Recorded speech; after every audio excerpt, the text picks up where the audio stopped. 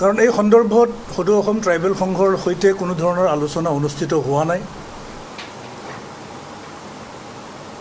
সদৌ অসম ট্ৰাইবেল সংঘক কোৱা হৈছিল যে বৰ্তমানে থকা ট্ৰাইবেল বেল্ট ব্লকৰ বাদেও বা এই বৰ্তমানে এক্সিষ্টিং ট্ৰাইবেল ব্লকৰ বাহিৰত যিবোৰ ট্ৰাইবেল গাঁও আছে, অঞ্চল আছে, সেই অঞ্চলবিলাকক সামৰি, গাঁওবিলাকক সামৰি নতুন নতুন ট্ৰাইবেল বেল্ট ব্লক গঠন কৰিবৰ কাৰণে এটা লিষ্ট, গাঁৱৰ তালিকা এখন জমা দিবৰ কাৰণে কোৱাত আমি সদৌ অসম ট্ৰাইবেল সংঘই সমগ্ৰ অসমৰ আমাৰ 53টা জিলা সমিতিৰ পৰা ট্ৰাইবেল গাঁৱৰ লিষ্টবিলাক আমি প্ৰস্তুত কৰি গভৰ্ণমেণ্টক আমি ছাবমিটহে কৰিছোঁ। 30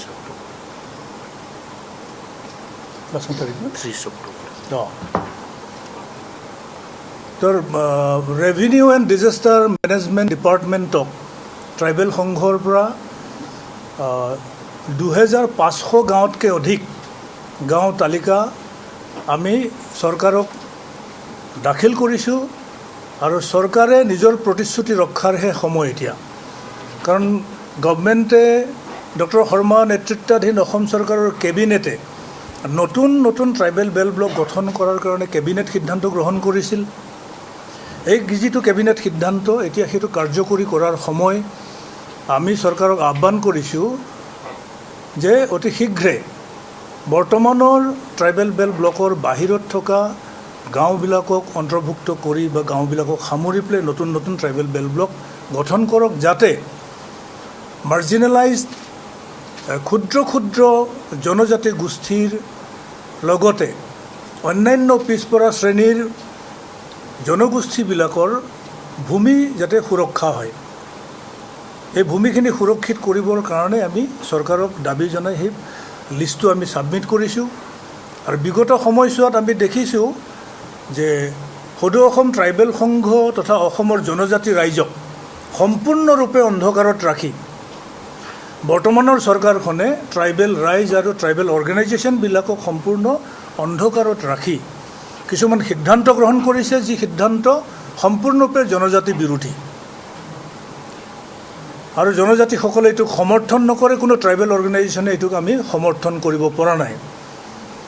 কাৰণ ট্ৰাইবেল বেল্ট ব্লক গঠন হৈছে প্ৰথম অৱস্থাত তাহানিৰ পূৰ্ববংগৰ চিলেট আৰু মৈমনসিং ডিষ্ট্ৰিক্টৰ পৰা যি পমুৱা মুছলমানৰ প্ৰব্ৰজন হৈছিল, এই পমুৱা মুছলমানৰ প্ৰব্ৰজনক ব্ৰিটিছ চৰকাৰে এনকাৰেজ কৰিছিল, উদগনিহে জনাইছিল, উদগনি জগাইছিল।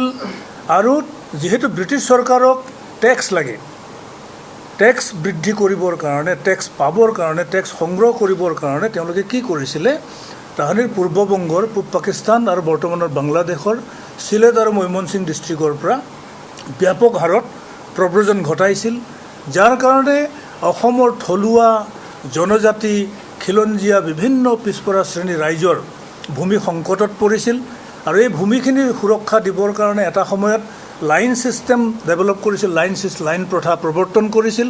কিন্তু সেই লাইন প্ৰথাও অসমৰ জনজাতিসকলৰ আৰু ইয়াৰ থলুৱা পিছপৰা শ্ৰেণীৰ জনগোষ্ঠীৰ ভূমিবিলাক সুৰক্ষা দিয়াত ব্যৰ্থ হৈছিল, যাৰ কাৰণত 1947 চনত তদানীন্তন মুখ্যমন্ত্ৰী লোকপ্ৰিয় গোপীনাথ বৰদলৈ ডাঙৰীয়াৰ নেতৃত্বত এটা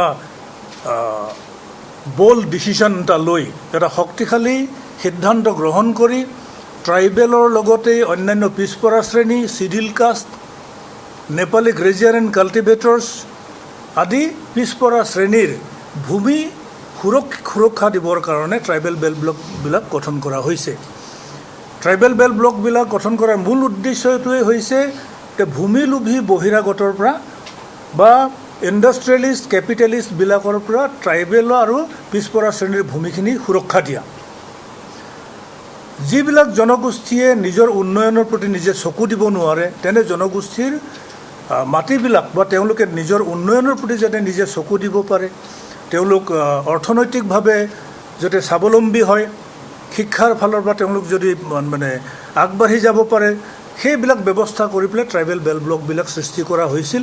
কিন্তু আজিৰ চৰকাৰে যিটো কৰিবলৈ গৈ আছে সেইটো সম্পূৰ্ণ ট্ৰাইবেল বেল ব্লক বনোৱাৰ যি প্ৰভিজন আছিলে প্ৰভিজনক ভায়োলেট কৰিছে, প্ৰভিজনসমূহক উলংঘা কৰিছে।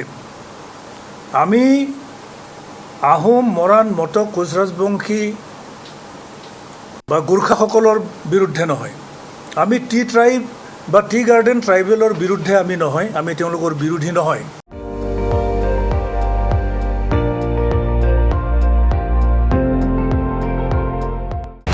আপুনি চাই আছে ND24, সৰ্বশ্ৰেষ্ঠ নহয় সৰ্বোত্তমৰ দৌৰ।